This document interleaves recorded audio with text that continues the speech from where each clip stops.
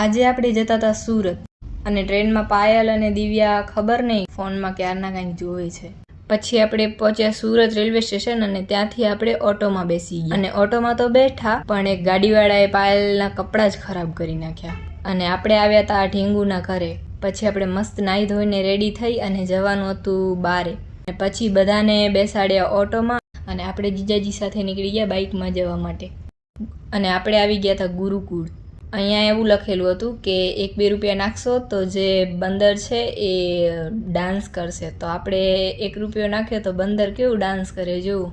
અને આ છે આપણું રાષ્ટ્રીય પ્રાણી. આને તો તમે ઓળખતા જ હશો. અને પછી હું ક્યારની વિચારતી હતી આ કમળમાંથી શું નીકળશે. જ્યારે ખુલ્યું ત્યારે ખબર પડી કે શું નીકળ્યું. પછી આપણે જોઈ અલગ અલગ પ્રકારની માછલી.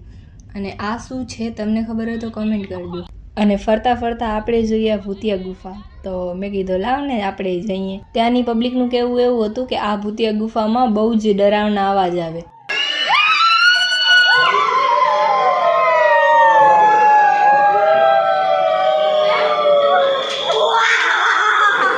સાંભળ્યું ને, ભૂતો કરતાં વધારે તો આપણી બહેનો વધારે અવાજ કરતી હતી. અને પછી સાંજ પડી ગઈ હતી એટલે આપણે નીકળી ગયા ઘરે જવા માટે. પછી આપણે ફૂલ લેવાના હતા એટલે ફૂલ લઈને પછી નીકળી ગયા ઘરે જવા માટે. તો બસ આજ માટે આટલું જ. વિડીયો ગમ્યો તો લાઈક, શેર અને સબસ્ક્રાઈબ કરવાનું ના ભૂલતા.